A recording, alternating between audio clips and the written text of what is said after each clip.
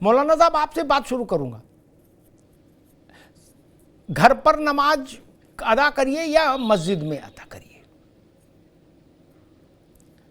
बाकी स्थान से परहेज करिए, चाहे पार्क हो, चाहे नुक्कड़ हो, चाहे तिराहा हो, चाहे चौराहा हो, चाहे सड़क हो। ये तो ठीक बात है, इसमें क्यों गदर है? शांतिपूर्वक नमाज हो, ना इधर से तनाव हो ना उधर से तनाव हो, ये तो ज्यादा अच्छी बात है। मेरे पास है प्योर पाव भाजी का मसाला, प्योर पाव भाजी मसाला, पाव भाजी को टेस्टी बना डाला, सबका राजा आल प्योर मसाला। प्रायोजक हैं cancer healer centre, a new beginning. पूरे उत्तर प्रदेश में इसीलिए ये व्यवस्था लागू की गई कि नमाज मस्जिद में, ईदगाह में या घर के भीतर। मौलाना साहब, आप क्या कहेंगे? अकबर इलाहाबादी का एक शेर आपको सुनाता हूँ। जी जी, आप उर्दू से बड़ी अच्छी तरह से वाकिफ हैं। अकबर इलाहाबादी, मगर मुझे डर है कि इलाहाबाद कहने से कहीं योगी सरकार मुझ में मुकदमा ना ठोक दे। ना ना नहीं, सुनिए, कहीं ठोक ना दे कि भाई प्रयागराज हम कह रहे हैं और आप इलाहाबाद कह रहे हैं, तो हम हैदराबाद से एक मुसीबत में पड़ जाएंगे। चलिए ठीक है, अकबर इलाहाबादी का एक शेर है। वो हमारी गारंटी, आप पे मुकदमा नहीं होगा, हमारी गारंटी। जी चलिए ठीक है, शुक्रिया सर, शुक्रिया। रकीबों ने लिपट लिखवाई है जा जा के थाने में, रकीबों ने लिपट लिखवाई है जा जा के थाने में, कि अकबर नाम लिखता है, अकबर नाम लेता है खुदा का इस जमाने में, अकबर नाम लेता है खुदा का इस जमाने में। तो मैं कहता हूँ कि लॉ एंड ऑर्डर के लिए अगर सरकार कोई इंतजाम करती है तो उसका तो स्वागत करना चाहिए, मगर मैं कह रहा हूँ कि छत तो सरकार का हिस्सा नहीं है। अगर छत पर लोग नमाज पढ़ते हैं, FIR करेंगे और उनका पासपोर्ट रद्द करेंगे, ये कौन सा तुगलक की फरमान है? एक बात मैं कह रहा हूँ कि ये सड़क सबकी है, ये सिर्फ हिंदू मुसलमान नहीं, ये सरकार की प्रॉपर्टी है।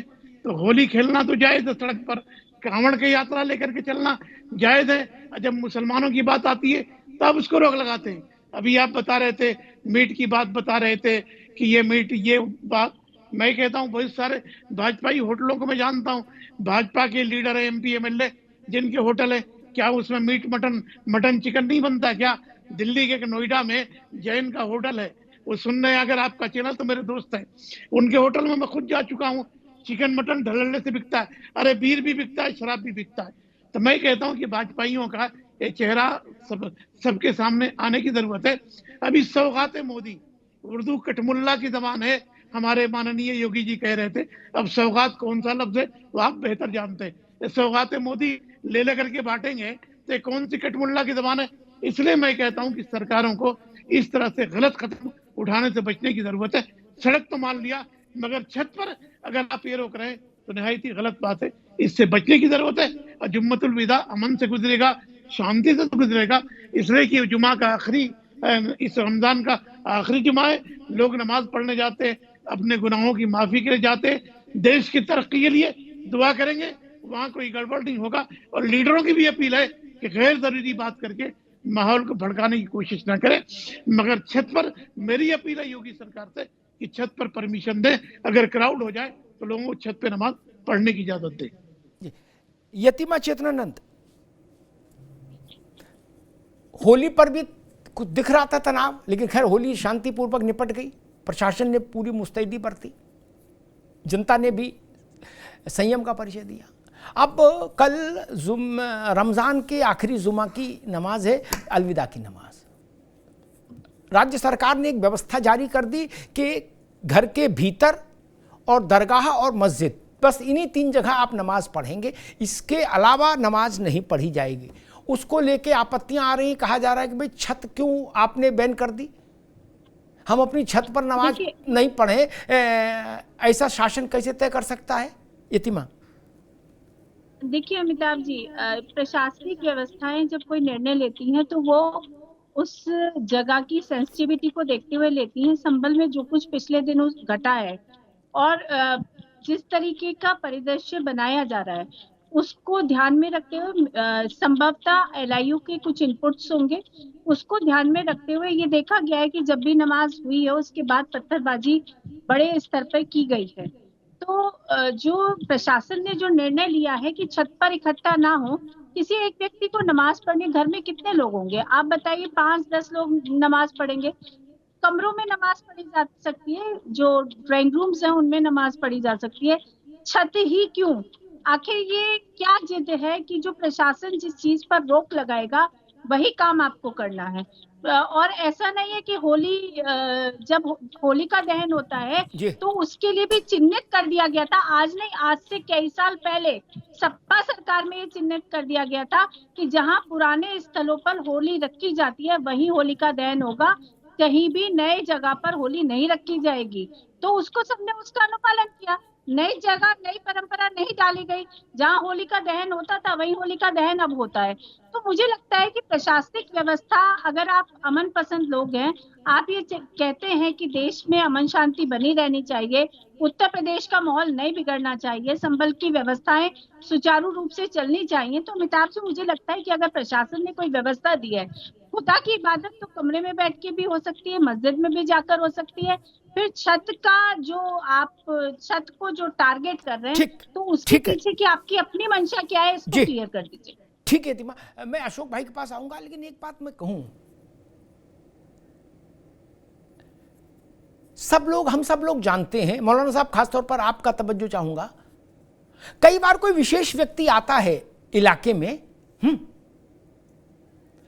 तो निजी प्रॉपर्टी है घर, उसके बाद भी प्रशासन सबको पाबंद कर देता है कि कोई छत पर नहीं होगा, क्या कर देता है ना, छतें खाली होंगी, और कई बार तो यह भी कर देता है कि छतों पर सिक्योरिटी फोर्स के जवान तैनात रहेंगे अत्याधुनिक असले लेके, करता है ना, होता है ना ऐसा।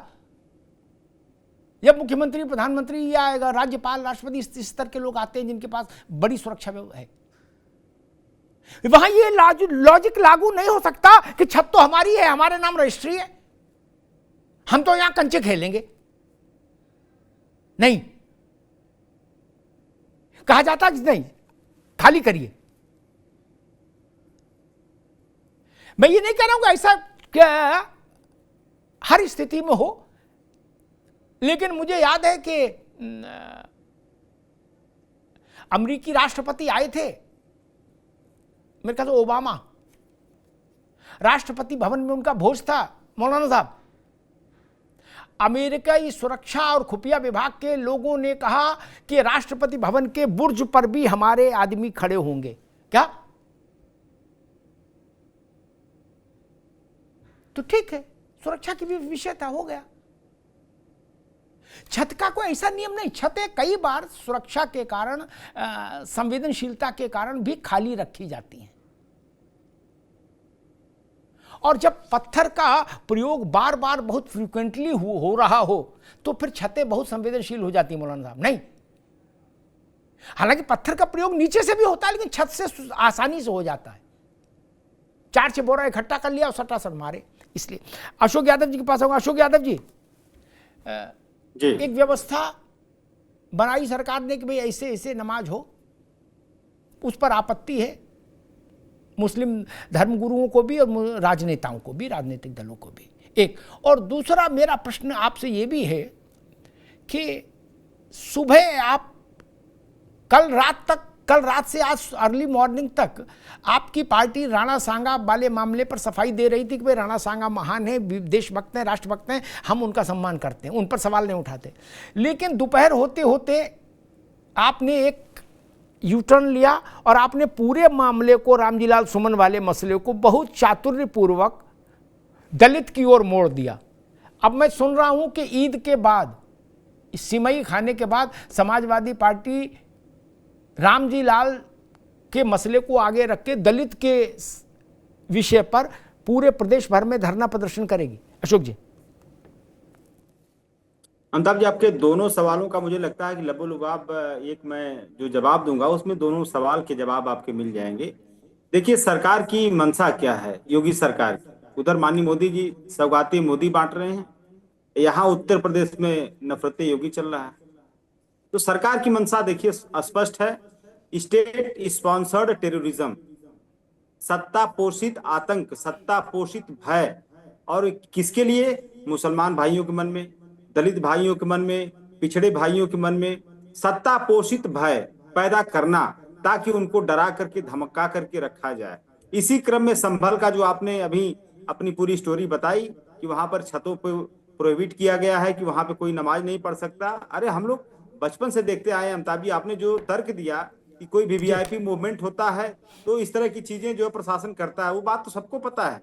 वीवीआईपी मूवमेंट रहता है तो सबके साथ वही होता है, लेकिन ऐसा कोई वीवीआईपी मूवमेंट तो है नहीं संभल में उस दिन, जिस दिन जिसकी वजह से वहां पे मना किया जा रहा है। हम लोग बचपन से देखते आ रहे हैं, हम लोग घरों में पूजा होता है, रामचरितमानस होता है, सुंदरकांड होता है, छतों पे लाउड स्पीकर लगा करके 24 घंटे का पाठ होता है, कहाँ किसी को कोई समस्या होती है।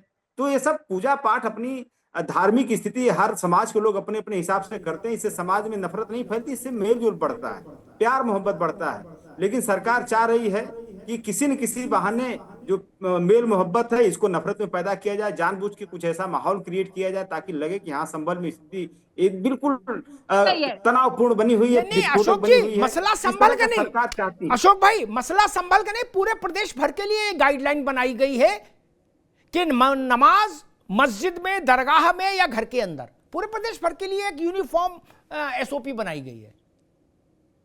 नहीं ठीक है अमिताभ जी, वही मैं कह रहा था कि अभी तक तो आपने देखा होगा, मैंने जो बात कही कि पूजा प्रार्थना नमाज या इस तरह के कोई भी धार्मिक आयोजन हम लोग अपने अपनी छतों पे करते थे, करते हैं, अभी भी करते हैं। कोई ऐसा ओकेजन आता है तो कहीं कोई दिक्कत नहीं होती है, लेकिन इससे भी तनाव नहीं होता है। देखिए ये तनाव नहीं है, तनाव पैदा करने की साजिश अमिताभ भाई, कि ताकि इसी बहाने तनाव पैदा कर लगे कि हाँ अरे अभी तो बड़ा टेंस माहौल उत्तर प्रदेश का, हिंदू मुसलमान का मामला चल रहा है, इधर नवरात्र शुरू है, उधर रमजान का आखिरी जो है जुमा है, बड़ा स्थिति विस्फोटक हो जाएगी, ये हो जाएगा वो हो जाएगा। ये सब चीजें देखिए ये माहौल बनाया जाता है, जैसे ना चुनाव का माहौल होता है उस टाइप का माहौल क्रिएट किया जा रहा है, एंटी मुस्लिम, एंटी दलित, एंटी ओबीसी। अरे भाई एक मिनट अशोक बाबू, एक मिनट अशोक भाई, एक मिनट अशोक, एक मिनट आप लोग भी बताइए, आपकी पार्टी ने फैसला किया कि हम सिमैया बांटेंगे, नहीं किया। ओवैसी ने किया, नहीं किया। लालू जी की पार्टी ने किया, नहीं। ममता जी की पार्टी ने किया, नहीं। सिमैया, मेवा, चीनी, दाल, चावल, सरसों को तेल और सलवार कुर्ता और लुंगी और बनियान गंजी और गोल टोपी, ये सब जा रहा किट में कि नहीं जा रहा? आप कह रहे हिंदू मुसलमान हो रहा है, कटुता फैला रहे। 32 लाख किट बन गई। आप 2-4 नाम भिजवा दो, हम सिफारिश करेंगे भाई अशोक भाई जिनने नाम दिए इनके यहां भी भेजो किट। फिर क्या समस्या, आपने क्यों नहीं भेजी किट भाई? देखिए अमिताभ जी, चैंपियन तो आप थे, आप आज अनाउंस कर दो। आपको भी साधन की कमी तो है नहीं, पैसा रुपया कमी तो है नहीं आपके पास भी। आप अनाउंस कर दो कि हम 62 लाख बांटेंगे। मुकाबला यहां करो ना सेवई में। अमिताभ जी देखिए 2014 से माननीय मोदी जी देश के प्रधानमंत्री हैं, लेकिन लगभग 11-12 ईद गुजर गई, लेकिन मोदी जी को कभी मुसलमानों की याद नहीं आई।